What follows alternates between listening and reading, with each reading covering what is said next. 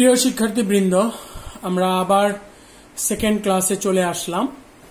আজকে আলোচনা করব ওই লিস্ট থেকেই আরো কিছু গুরুত্বপূর্ণ ফ্রেজ বা ওয়ার্ডস।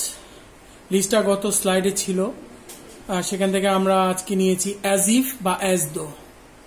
অ্যাজ ইফ, অ্যাজ দো এই দুইটার মিনিং সেম। ইফকে দো দিয়ে রিপ্লেস করা যায়। তোমরা অ্যাজ ইফ যেখানে ইউজ করতে পারো সেখানে তোমরা অ্যাজ দো ইউজ করতে পারবা। সো এই দুইটা আমরা আনরিয়েল সিচুয়েশনের ক্ষেত্রে ইউজ করে থাকি। এটার মানে বাংলা মিনিং হচ্ছে যেন। অ্যাজ ইফ বা অ্যাজ দো এর মধ্যে কোনো পার্থক্য নেই, কিন্তু গত ক্লাসে আমরা ইভেন ইফ, ইভেন দো এই দুইটার মধ্যে পার্থক্য তোমাদেরকে দেখিয়েছি। ইভেন ইফ ছিল আনরিয়েল সিচুয়েশন আর ইভেন দো ছিল রিয়েল সিচুয়েশন, কিন্তু অ্যাজ ইফ, অ্যাজ দো এর মধ্যে এই ধরনের কোনো পার্থক্য নেই। অ্যাজ ইফ এর পরে আমরা পাস্ট ইনডিফিনিট টেন্স ইউজ করতে পারি, পাস্ট পারফেক্ট টেন্স ইউজ করতে পারি, ইভেন আমরা প্রেজেন্ট টেন্স ইউজ করতে পারি। তোমরা সেন্টেন্সগুলো দেখো, কিন্তু এখানে অ্যাজ ইফ এর মিনিংটাই আসল।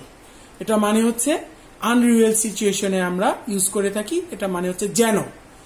I feel as I am, or I was, or I were spying. He talks as if he was, or he were a police officer. You smile as if nothing happened. অথবা আমরা বলতে পারি he smiled as if nothing had happened. She continued the conversation as if nothing had happened. অথবা she continued the conversation as if nothing happened. As if এর পরের ক্লজে না as if এর পরের ক্লজ as if এর পর clause না বসালে ইনফিনিটিভ বা জিরান বসানো যায়। যেমন আমরা এখানে ক্লজ বসিয়েছি I am spying, he was police officer, এগুলো ক্লজ। কিন্তু আমরা ক্লজ না বসিয়ে সাবজেক্ট প্লাস ফাইনাইট ভার্ব এরকম না বসিয়ে আমরা ইনফিনিটিভ বা জিরান্ট আমরা বসাতে পারি বা ব্যবহার করতে পারি। নিচের উদাহরণগুলো দেখো। He leaned forward as if to say something in her ear. সে সামনে ঝুঁকলো যেন সে তার কানে কানে কিছু বলছে। Kamal looked at her as if wanting to hear more. এখানে দেখো ওয়ান্টিং জিরান্ড ইউজ করা হয়েছে, আর উপরের সেন্টেন্সে টু সে ইনফিনিটিভ ইউজ করা হয়েছে। অ্যাজ ইফ এর পরে এখানে কোনো সাবজেক্ট নেই। তো এই হলো অ্যাজ ইফ এর ব্যবহার। অ্যাজ ইফ এর অর্থটাই আসল। এটা মানে হচ্ছে যেন আনরিয়েল সিচুয়েশনে আমরা আনরিয়েল সিচুয়েশনের ক্ষেত্রে আমরা অ্যাজ ইফ ইউজ করে থাকি। তারপরে এটা হচ্ছে হোয়াট ইফ। হোয়াট ইফ এটা একটা গুরুত্বপূর্ণ ফ্রেজ, তোমাদের পরীক্ষায় আসে। এটা মানে হচ্ছে যে আমরা যখন হোয়াট ইফ ব্যবহার করব, এটা মানে হচ্ছে asking about the consequence of N action. মানে একটা কাজের ফল কি হতে পারে এটা সম্পর্কে জিজ্ঞাসা করা। মানে হচ্ছে যদি তাই হয় তাহলে কি হবে, এরকম ধরনের প্রশ্নের ক্ষেত্রে আমরা হোয়াট ইফ মানে ফল জানার জন্য, একটা কিছুর ফল বা কনসিকুয়েন্স জানার জন্য আমরা হোয়াট ইফ ইউজ করে থাকি। দুইটা কনভারসেশন এখানে আছে, তোমরা দেখো। নাম্বার এ বক্তা, সে বলছে যে the electricity has gone, there must be a power cut. B বলছে what if we find the candles and put them around the room.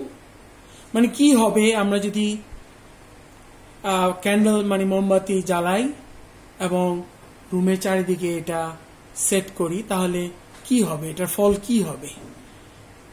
সে প্রশ্ন করছে হোয়াট ইফ দিয়ে, মানে এর কনসিকুয়েন্স কি হবে।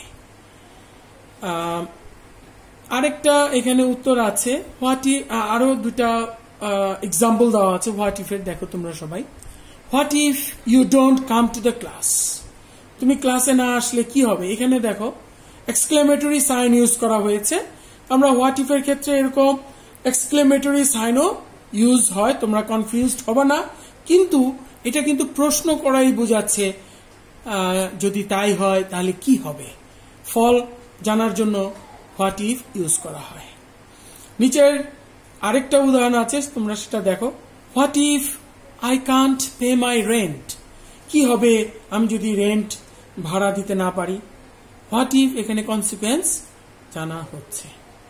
তারপরে দেখো ইফ অনলি বা আই উইশ, এই দুইটার একই মিনিং, মানে হচ্ছে রিগ্রেট ফর দ্য পাস্ট, অতীতের কোনো একটা ঘটনা নিয়ে অনুশোচনা করা, অতীতের অনুশোচনা করা, এভাবে তোমরা মুখস্থ রাখবে। দুইটা উদাহরণ দেখলে তোমরা বুঝতে পারবে। If only I had known you were coming, আমি যদি জানতাম যে তুমি আসছো, সে রিগ্রেট করছে, সে জানে নাই বলে। এটা আই উইশ দিয়ে ইউজ করা যায়, I wish I had known you are coming. যাই হোক, ইফ অনলি মানি বা আই উইশ, এটা হচ্ছে অতীতের অনুশোচনা করা। নেক্সট হচ্ছে লেস্ট, এটাও অনেক সময় আমাদের আসে কমপ্লিটিং করতে বলে, বা অনেক সময় কমপ্লিটিং সেন্টেন্স আছে তোমাদের আরেকটা অংশ গ্রামারে, সেখানেও লেস্ট দেওয়া থাকে, আমরা সেন্টেন্স পূর্ণ করি। এখানেও তোমাদের লেস্টের জায়গায় গ্যাপ থাকবে, তোমরা পুরো সেন্টেন্সটা পড়ে যদি মনে করো এখানে লেস্ট ব্যবহার করা যায়, তোমরা লেস্ট ব্যবহার করবা। লেস্টের মানে হচ্ছে in order to avoid the risk of, কোন জিনিসের রিস্ক অ্যাভয়েড করার জন্য আমরা লেস্ট ইউজ করি। যেমন walk fast, lest you should miss the bus, মানে এখানে আমরা অ্যাভয়েড রিস্ক, বাস মিস করার রিস্ক অ্যাভয়েড করার জন্য বলছি ওয়াক ফাস্ট, তারপরে ব্যবহার করছি লিস্ট। তার মানে হচ্ছে in order to avoid the risk of missing the bus. তারপরের দুটা সেন্টেন্স দেখো। ইন কেস, আরেকটা আমাদের ফ্রেজ, ইন কেসও অনেক সময় পরীক্ষায় আসে। ইন কেস দেখো, in preparation for something which might happen, এটার মানে হচ্ছে যে এমন কিছু ঘটতে পারে, সেটার প্রিপারেশন হিসেবে আমরা ইন কেস ইউজ করে থাকি। You should take notes in case you forget some details, এখানে ইন কেস মানে হচ্ছে যদি তুমি যদি কিছু ঘটে যায়, এটার প্রিপারেশন হিসেবে তুমি নোট টেক করছো, যদি কিছু নেগেটিভ ঘটে যায় তার জন্য তুমি নোট টেকিং করছো। তার মানে সতর্কতা অবলম্বন করার জন্য আমরা ইন কেস, যেটা ব্যাপারে সতর্কতা অবলম্বন করবে তার আগে আমরা ইন কেস এই ফ্রেজটা ইউজ করে থাকি। আমাদের প্রায় পরীক্ষায় আসে দেয়ার, ইট, এগুলোকে গ্রামারে ইন্ট্রোডাক্টরি সাবজেক্ট বলা হয়। এগুলো সাবজেক্ট হিসেবে ইন্ট্রোডিউস করিয়ে দেয় আমাদেরকে। আমরা দেখি যে উদাহরণগুলো পড়লে আমাদের স্পষ্ট ধারণা হবে। যদি কোনো সাবজেক্ট না থাকে কোনো সেন্টেন্স প্রকাশ করার জন্য, তখন আমরা দেয়ার ইউজ করি। সাধারণত দেয়ার কি কি ক্ষেত্রে ইউজ করা হয় তোমরা একটু দেখো। হোয়ার অর হোয়েন সামথিং ইজ, কোথায় এবং কখন, এই ক্ষেত্রে আমরা দেয়ার ইউজ করতে পারি। যেমন there is a interesting book on the shelf, there will be an eclipse of the moon tonight, কোথায় এবং কখন, এই ক্ষেত্রে আমরা দেয়ার সেন্টেন্সের সাবজেক্ট হিসেবে ইউজ করেছি। নাম্বার বা অ্যামাউন্ট প্রকাশ করার জন্য আমরা দেয়ার ইউজ করি। যেমন there is plenty of bread left, there were 20 people at the meeting. আবার সামথিং এক্সিস্টিং অর হ্যাপেনিং, কিছু ঘটছে এই ধরনের কিছু বিদ্যমান। There is a small problem, there is a small problem, there was a nasty fight, এই ধরনের ক্ষেত্রে আমরা there ইউজ করে থাকি।